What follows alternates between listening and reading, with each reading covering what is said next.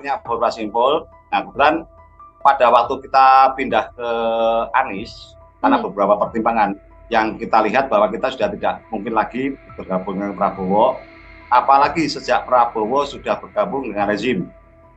Kita sudah berdarah-darah mendukung Pak Prabowo pada waktu itu. Dia mengatakan Prabowo akan timbul tenggelam bersama rakyat, juga bersama relawannya, pendukungnya. Tapi kenyataan apa yang terjadi? Prabowo betul dia timbul, tapi yang pendukungnya ada tenggelam. Kan sudah nggak fair lagi kan? Pak Prabowo kita tidak lihat adanya ambisi pribadi. Tapi berjalannya waktu kita akan lihat bahwa Prabowo itu semakin ambisi pribadi itu semakin muncul. Tribunnews on Focus Tribuners menemani Anda hari ini bersama kembali dengan saya, Nila Irda. Tribuners, kurang dari 2 minggu menjelang hajat besar pemilihan presiden 14 Februari 2024. Ada setidaknya 8 relawan dari paslon 02 di Solo Raya dan Jawa Tengah yang memilih pindah dukungan untuk pasangan Anies Baswedan dan juga Muhaimin Iskandar. Ada setidaknya 8 simbol relawan di Solo ini yang mana memutuskan pindah di jeda menuju kontestasi Pilpres, diantaranya ada dari Partai Mama pendukung Prabowo Sandi, kelompok Mak-Mak Prabowo Sandi, hingga beberapa nama atau simpul lain adalah Rumah Sandi dan juga Rumah Aspirasi hingga Padi Nusantara. Sebelum ini ada juga relawan Suka Prabowo yang juga lebih dulu pindah haluan untuk mendukung Anies dan juga Muhaimin Iskandar. Lalu apa sebenarnya yang mendasari mundurnya 8 simpul relawan di Solo Raya ini? Saya akan membahasnya Tribuners bersama dengan Koordinator Sekretariat Bersama atau Sekber Relawan Anies Solo Raya. Ada Mas Abi Ibrahim Hasmi tersambung dalam sambungan Zoom bersama dengan saya. Mas Abi, selamat datang di On Focus. Terima kasih sudah bergabung. Selamat sore, Mbak. Selamat sore, ketemu. Mas Abi. Ini Ya. sejumlah relawan memutuskan atau simpul relawan di Solo Raya memutuskan untuk alih dukungan dari paslon 02 menuju ke paslon 01. Saya mau minta konfirmasi terlebih dahulu pada Mas Abi. Betul ya Mas ya, ada setidaknya 8 simbol pendukung paslon 02, Mas? Ya, Mbak, betul. Jadi waktu itu saya yang mau gabung kan ada 8.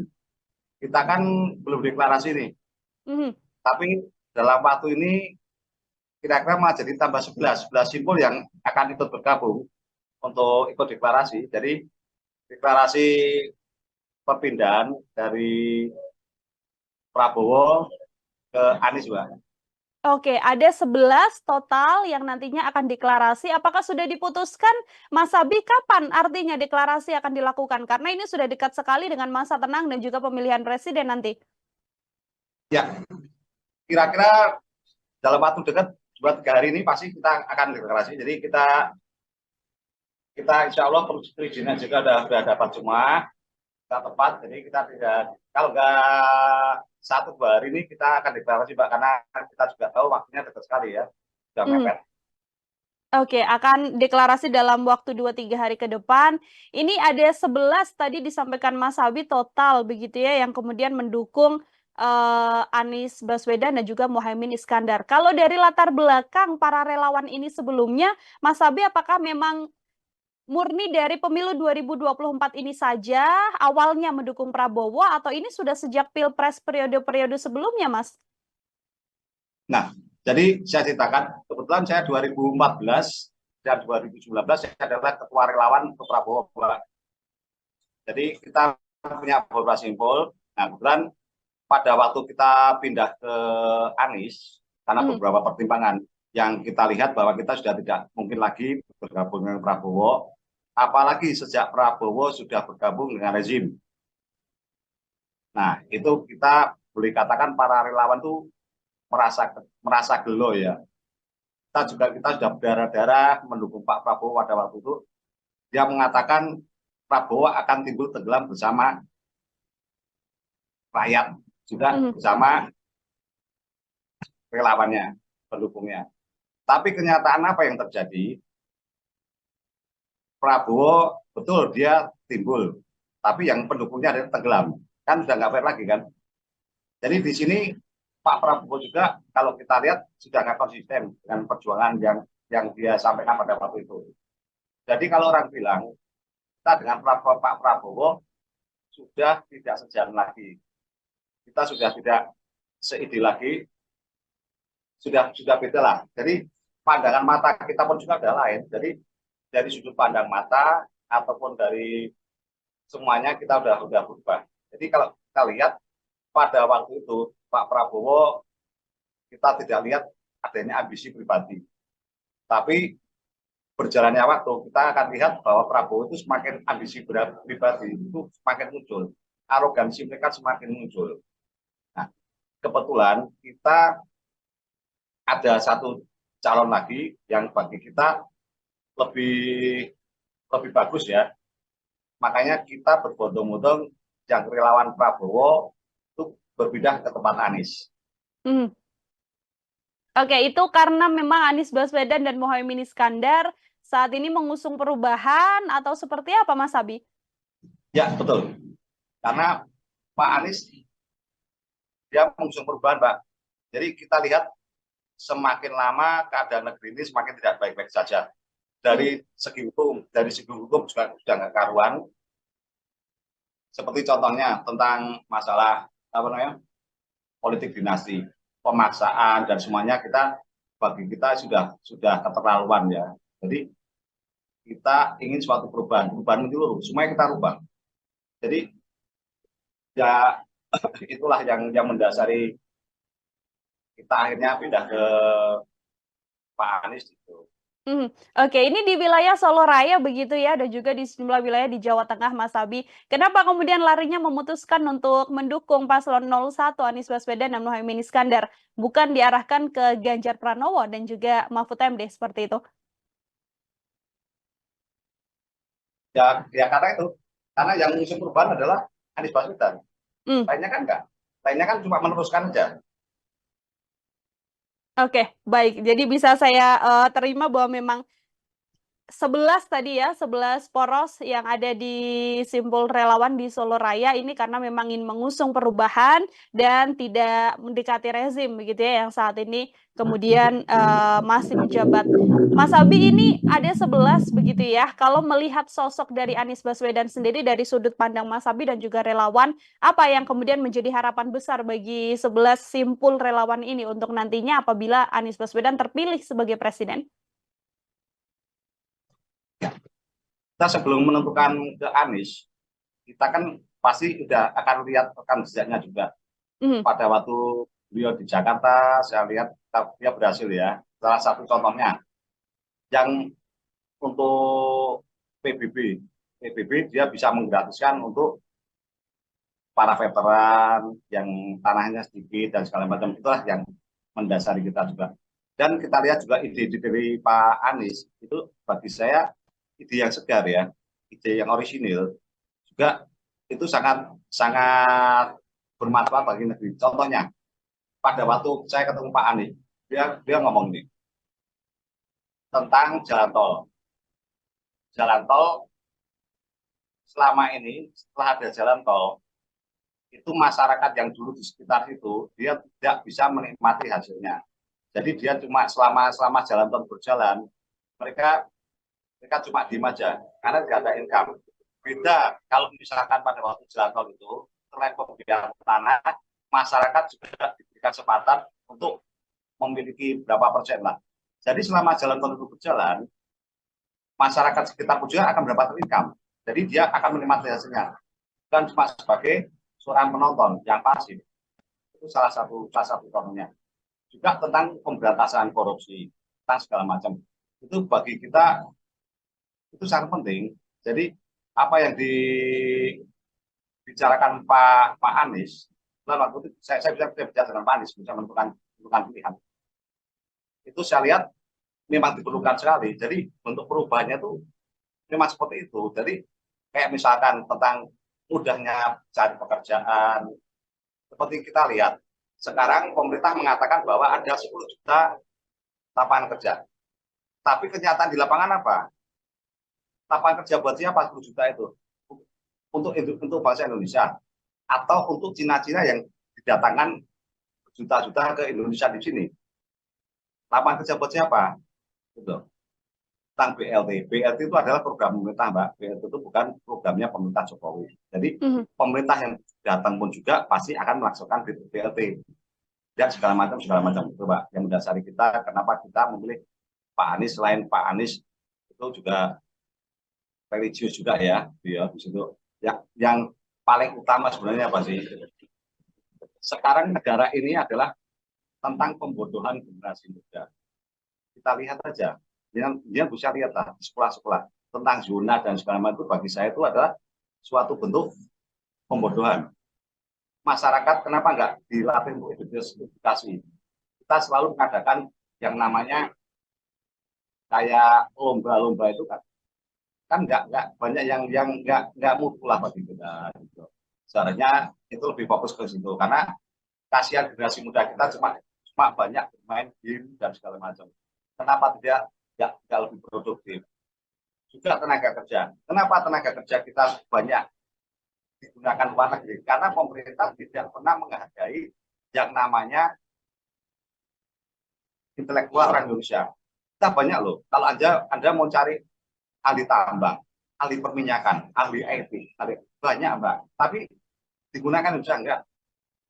Ini orang kita, tapi digunakan oleh luar negeri. Kenapa? Mereka nggak salah, karena luar negeri lebih menghargai mereka daripada kita. Nah, kita berharap, karena dari Pak Anies pun juga pernah jadi rektor. Dia banyak kependidikan. Kita berharap, Mbak, dengan adanya Pak Anies tentang masalah pendidikan, itu bisa akan lebih baik lagi.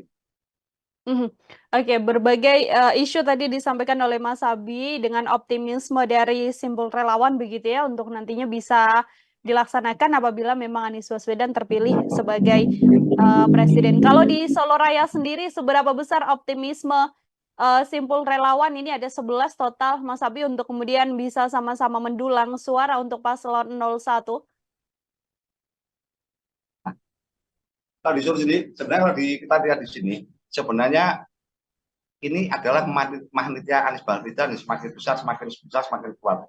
Ya, jadi kayak lampu itu semakin terang Anies Baswedan. Jadi banyak kebijakan mereka, intelektualnya itu banyak menghidupi masyarakat di situ. Jadi sebenarnya kalau kita bicara ini semua adalah memang karena Anies efek ya.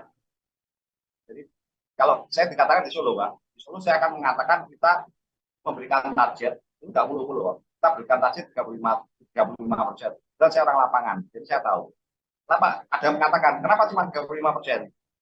Selama ini kita cuma dikasih di bawah 2%, Pak. Jadi 82%, 7%. Kalau kita bisa mencapai 35%, itu saya kira sudah hebat sekali. Jadi kita tidak akan mengatakan 40, 50, 60, 70, bahwa kita akan patok 35 dapat sekali. Optimisme dari simbol relawan untuk kemudian bisa mendulang setidaknya 35% suara di Solo, Jawa Tengah. Ini kan Solo, begitu ya Mas Abi. Wali kotanya Mas Gibran yang juga saat ini menjadi cawapres. Dan Jawa Tengah sendiri ini merupakan kandang banteng begitu. Bagaimana kemudian upaya yang nantinya dilakukan oleh simbol relawan ini untuk bisa memenangkan paslon 01? Ya, betul. Itu memang orang katakan bahwa ini kandang banteng, tapi bagi kita nggak ada kandang-kandang, Mbak. Gitu. Jadi kita sama orang 03 kita dekat, dia bagus. Dan kita lihat sekali bahwa sekarang kandang banteng baru diobrak-abrik semua sama 02. Itu betul kenyataannya. Jadi setiap kandang banteng itu orang bilang Jawa, orang Solo mengatakan diobrak-abrik ya. Diobrak-abrik itu ya macam-macam lah supaya untuk menghancurkan kandang banteng di Solo gitu. Jadi dari situ kita optimis lah, kita insya Allah kita bisa mendulang ada kenaikan suara secara signifikan karena dengan Anies efek, dengan situasi yang sekarang terjadi, nah insya Allah kita optimis akan terjadi kenaikan yang signifikan juga sampai 35%. Seberapa besar juga optimisme relawan dan juga Mas Abi begitu ya untuk kemudian nantinya Anies Baswedan Optimis untuk bisa memenangkan satu putaran atau Anies juga atau kemudian optimis untuk bisa masuk ke putaran kedua, Mas Sabi? Nah, di sini Mbak harus kita ingat, makanya di Solo itu selain selain ini kita juga ada tagar perang-perang. Perang-perang dalam artian apa? Kita akan perang kalau terjadi kecurangan. Jadi ini kita himbau, sekalian di sini kita akan mengatakan kalau kepingin kota Solo aman, kondusif, jangan berbuat curang. Itu cuma satu. Gitu. Oke, saya tidak mendengarkan audio Mas Sabi dengan baik. Mungkin bisa disampaikan ulang, Mas Sabi, apa yang kemudian dihimbau atau imbauan apa yang kemudian disampaikan oleh simpul relawan untuk nantinya bisa sama-sama memenangkan paslon 01? Ya. Gimana Pak? Suaranya sudah bagus ya belum? Oke, ini sudah terdengar dengan baik, Mas Sabi. Silakan boleh dilanjutkan. Oke. Jadi kita dari para saya dari ketua simpul relawan di Solo Raya, kita selalu bergerak Mbak, bergerak, kita cari masa dalam artian kita mengenakan program-program Anies seperti apa gitu. Kita sekarang baru gitu. Jadi posisi itu kita kumpulkan dan kita amankan. Kita sudah berusaha mengumpulkan suara Anies.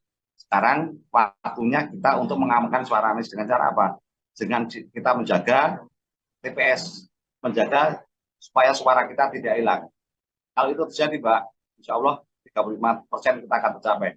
Kalau masalah satu putaran atau dua putaran, kalau saya sendiri mengatakan ya masuk dua putaran, alhamdulillah. Jadi kita tidak mengatakan kepengen satu putaran. Ya sebenarnya pengen, tapi basisnya kita lebih realistis saja. Kita sama masuk putaran kedua, kita akan gas lagi untuk putaran kedua. Oke, baik. Seperti itu artinya optimis kemudian nanti di wilayah Solo Raya dan juga Jawa Tengah dari 11 simpul relawan yang alih dukungan dari Prabowo Subianto ini akan mendukung paslon 01, optimis untuk bisa meraih setidaknya 35% suara di wilayah Solo Raya seperti itu. Mas Sabi, terima kasih banyak untuk kesempatannya berbincang bersama dengan saya pada kesempatan hari ini. Semoga di lain kesempatan kita bisa berbincang lagi. Nanti ditunggu kabar deklarasinya untuk kemudian juga bisa kita nantikan ada 11 simpul yang mendukung paslon 01 di wilayah Solo Raya. Sekali lagi Mas Sabi, terima kasih untuk kebersamaannya. Selamat beraktivitas kembali, Mas Sabi. Terima kasih, Mbak. Wassalamualaikum warahmatullahi wabarakatuh. Waalaikumsalam warahmatullahi wabarakatuh. Tribuners, demikian obrolan saya bersama dengan Abi Ibrahim Hasmi, Koordinator Sekretariat Bersama Sekber Relawan Anies Solo Raya. Kita nantikan nantinya ada 11 simpul yang kemudian akan mendukung paslon 01 yang sudah alih dukungan yang sebelumnya mendukung Prabowo Subianto. Saya Nila Irda pamit undur diri. Terima kasih atas kebersamaan Anda. Sampai jumpa. Download Tribun X sekarang. Menghadirkan lokal menjadi Indonesia.